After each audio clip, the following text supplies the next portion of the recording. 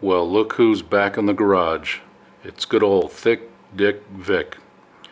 Hey guys, welcome back.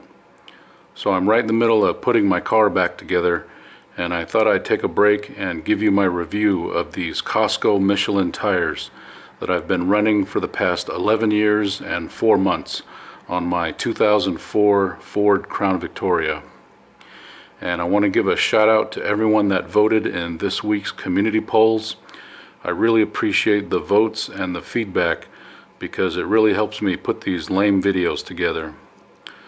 So I like these Costco Michelin tires so much I bought another set. That's them right here. And this little guy over here is the original 19-year-old Donut Space Saver spare tire. I'm going to replace it with this full-size steel wheel. So first, I'd like to go over the pros and cons of these old tires and talk about these new tires a little bit. And then I want to give you a description of my vehicle application and how I'm using how I use these tires. And then I want to talk about the lifespan. And basically what I mean by that is that the first 5 years I had a highway commute, and the last 6 years they've been enjoying retirement, just pleasure cruising. And then I've also been conducting an overinflation experiment for the entire time these tires have been mounted, and I've got some interesting results on that. And then last, I want to go over my tire care preventative maintenance like rotations, alignment checks, and balancing.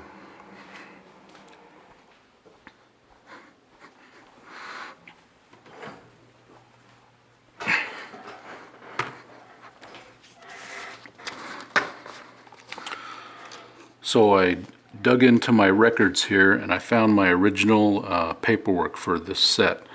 And I had these installed in October 2011 on my 04 Crown Vic, and the mileage was 115,000 miles. And these are called the Michelin X-Radial. And they're 225/60/16, and they've got an 80,000 mile warranty. And this is what I replaced them with. I just had these mounted on February 2023, and I brought them in loose so they didn't put my odometer in there, so I had to write that in there. And my current odometer is 162,000. And these new tires are called the Michelin X Tour. Same size, same 80,000 mile warranty. So my pros for the X-Radial, I'm going to say they have good wet traction and of course good dry traction. And I really like the quiet road noise, and what I mean by that is when I'm driving around town in my neighborhood with my windows down, I can actually hear my plastic hubcaps over the tire noise. And when I get on the highway, they're not that loud either. And my last pro is these are made in the USA. These were made in Greenville, South Carolina plant. And as far as cons, I really don't have any, so I just put the price. And back in 2011, I paid $550. And this new set that I bought just now in 2023, the X Tours, I'm going to say they have the same good wet and dry traction, quiet road noise, and made in USA, except these were made in Ardmore, Oklahoma. And in case you might be wondering how I can rate these if I haven't even installed them on my car, well, this is actually my third set. Back in 2018, I bought a set of X Tours for my 2010 Grand Marquis. So I've been running those for the past 3 years and 20,000 miles, and pretty much the same thing as these X-Radials. So buying a third set was a real easy decision. And with these new tires, they've increased the max load rating by almost 50 pounds per tire. They've increased the max pressure to a 51 psi from 44 psi, and they've increased the tread depth to 10.5 30 seconds from 10 30 seconds. So they got about 0.4 millimeter more of tread in their original condition. And I paid $616 for this new set. So over the past 11 years, it looks like we've had a price increase of $66. But given that they've improved the tire a little bit, I think that's quite all right. So now I want to talk about my vehicle application and how I've been using these. So this is my federal motor safety certificate label in the door jamb. And the gross vehicle weight rating for my car is 5,804 pounds. And the maximum load with occupants and luggage is 1,100 pounds. And the minimum tire pressure is 32 front, 35 rear. And I call that the minimum tire pressure because you may find out when you load up your car with passengers and luggage, you may want to increase your tire pressure, or if your driving style calls for that. So the reason why that's important is because that helped me determine what tire pressures I was going to run. So starting with the GV 5804, the max load is 1,100 pounds. So that means the curb weight of the car just sitting there with no passengers and nobody in it is 4,704. And then when I get in the driver's seat, it goes up to 5,004 pounds.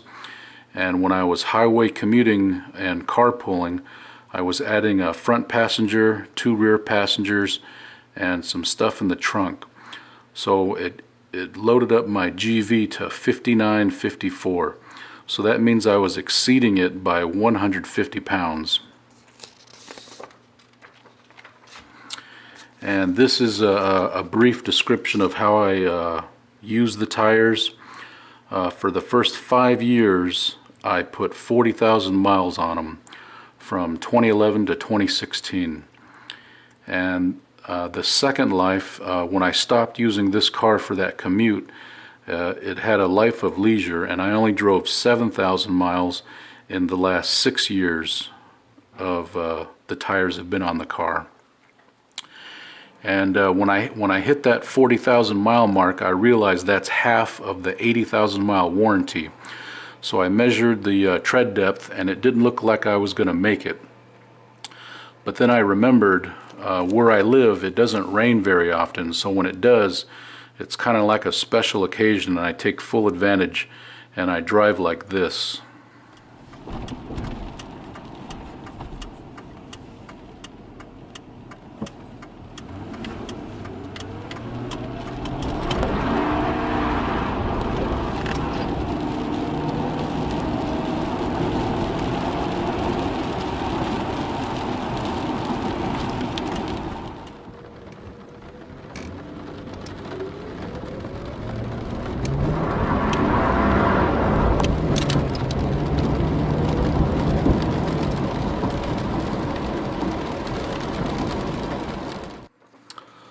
Alright, now let's talk about tire pressure.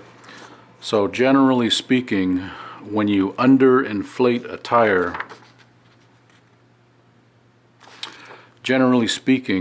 when you overinflate a tire, it makes the tire balloon just like that. So the only portion of the tire that touches the road is the center tread. And when you underinflate a tire, that center part pushes in and it wears the 2 outside edges. And when you correctly inflate a tire, you can see that the tire rests square and flat across the ground. So the goal is to match your tire pressure so that you can create this flat surface, and that may change depending on how you load the vehicle with passengers and cargo. So this is what will happen if you don't get it right. If you underinflate the tire, it will wear the 2 outside edges. They'll be bald like that, and then you'll have plenty of tread in the center. And if you overinflate, the center will be bald just like that, and you'll have plenty of tread on the outsides. So starting So starting at 115,000 miles, when I got the tires installed, I immediately bumped up my tire pressure to 3838. And I drove 5,000 miles. And by the way, I'm on a 5,000 mile rotation schedule, and that's simply because that's what my oil change interval is. So when I change my oil, I rotate the tires at the same time. Makes it a lot easier for me. So I drove the car 5,000 miles, and when I took the tires off, I measured the tread depth with a tread depth gauge. And I measured the 4 grooves, and all 4 grooves were the same. So I thought maybe I could increase the tire pressure a little bit more. So I increased the tire pressure to 4141. And then I drove another 5,000 miles, and at 125,000 miles I did another rotation, and I did the same thing. I measured the 4 grooves with a tread depth gauge, and the tires were remaining flat, true, and square. So that means I haven't overinflated them just yet. So then I made the bold move to run the maximum tire pressure rated for this tire, and it's 44 psi. And then I drove another 5,000 miles, and at 130,000 miles I did the same thing. I measured the tread depth with this tread depth gauge in the 4 grooves, and the tire remained flat, true, and square. So that told me I can run these tires at 44 psi, and I'm not going to be in danger of causing irregular wear from overinflation. So that's just what I did for the entire service life of this tire, from 115,000 miles all the way to 162,000 miles. And I just got done, and I took my my final measurements, and this is what I got. So before I took the tires off, I had I marked the tires of the position with this solidified paint marker, so I could tell. So when I got home, I could measure the tires, and I know what position they're on. So I lined them up, and these are the measurements of the left front, left rear, right front, right rear. And what these measurements indicate is these tires were underinflated. And the reason why I say that is because the center 2 grooves are around 4 millimeter to 3.7 millimeter, and these 2 outer grooves are 3.1 and 3, and on this side it's 2.9 and 2.8.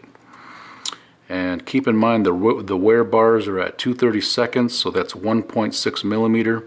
So technically I've got, so using the least amount of tread, technically I've got 1.3 millimeters left of usable tread. But because these tires are so old, I decided to take them out of service. So let me show you what that looks like.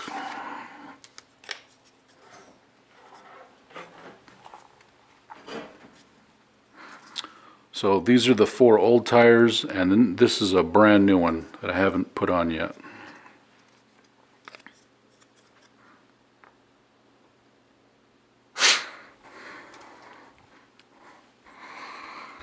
So I'll try to get in here close where you can see that. So pay attention to where this ruler, see how there's a gap right there, and then it's flat right there, flat, flat, and then a gap.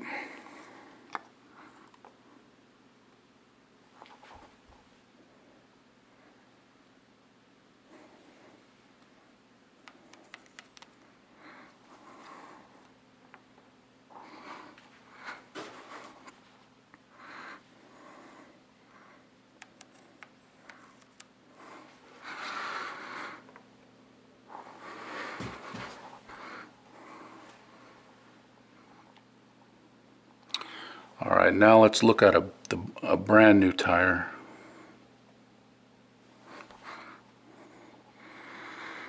So it's pretty darn close to what this tire is brand new.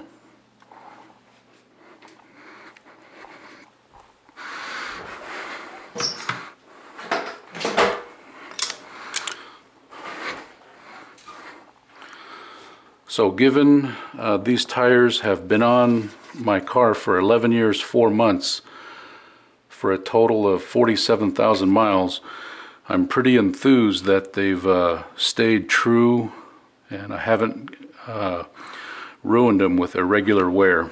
And I really attribute that to my preventative maintenance schedule. So now let's talk about rotation. Excuse me. So according to Ford, all Panther cars, the rotation pattern is the rearward cross. And all that means is the rear tires go to the front, and then the fronts crisscross to the rear. And the one exception to that is the 2003-2004 Marauder. And that's because it had a staggered tire size. It's got two 35-50-18 in the front and two 45-50-18 in the rear.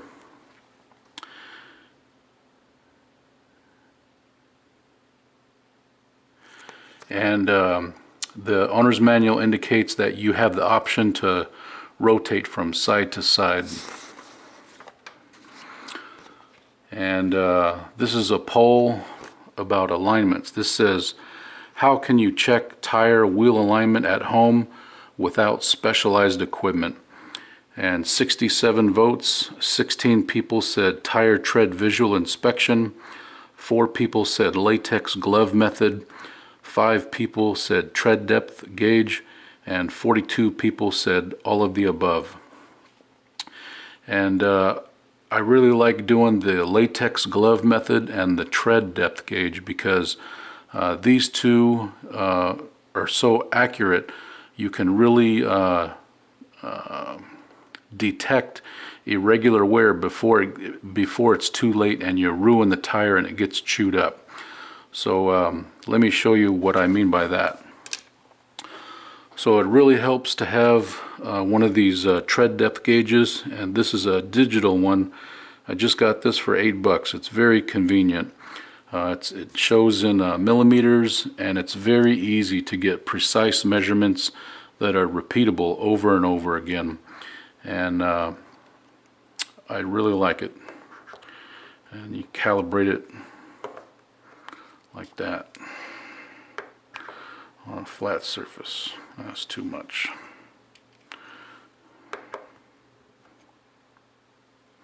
Okay, see that 0.1? Okay, well, it's not cooperating.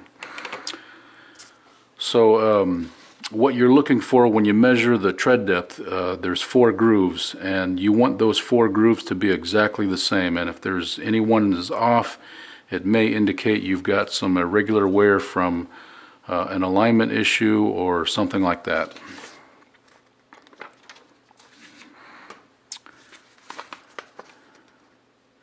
So let me show you how to do the latex glove method.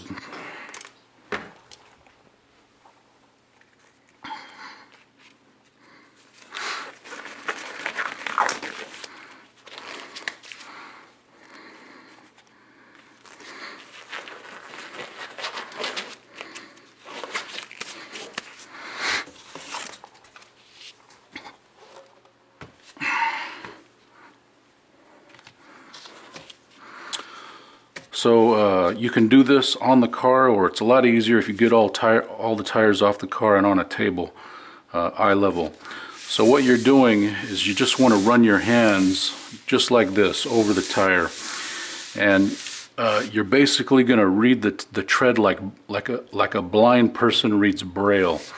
The tire should feel smooth, and it shouldn't drag, and you shouldn't feel any sharp edges. And the reason why you wear these latex gloves is because if there is snagging, you can actually hear it.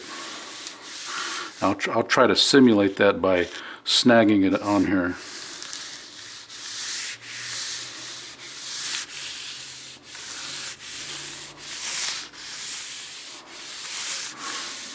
So maybe you can hear that. So just doing this with one tire, it's probably going to be hard to detect any irregular wear from camber or toe or whatever. So what comes in play is you do it to all 4 tires. And what you're looking for is you're looking for a difference. You know, if 3 of them are the same and 1 of them is different, then that may indicate you've got to take some corrective action on that corner with an alignment or replacing some suspension parts or whatever.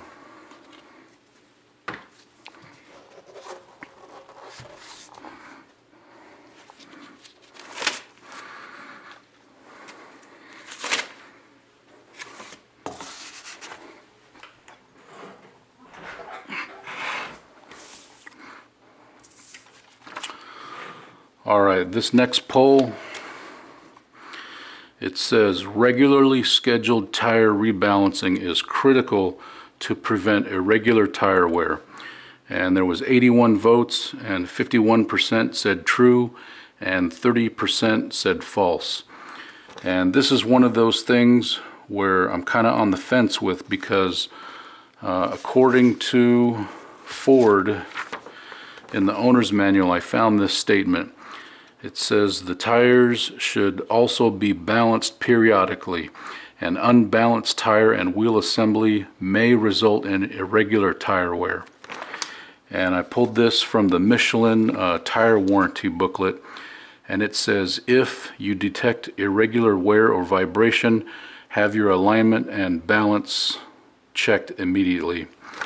So thinking back, I went over my records. I never had my tires rebalanced one time.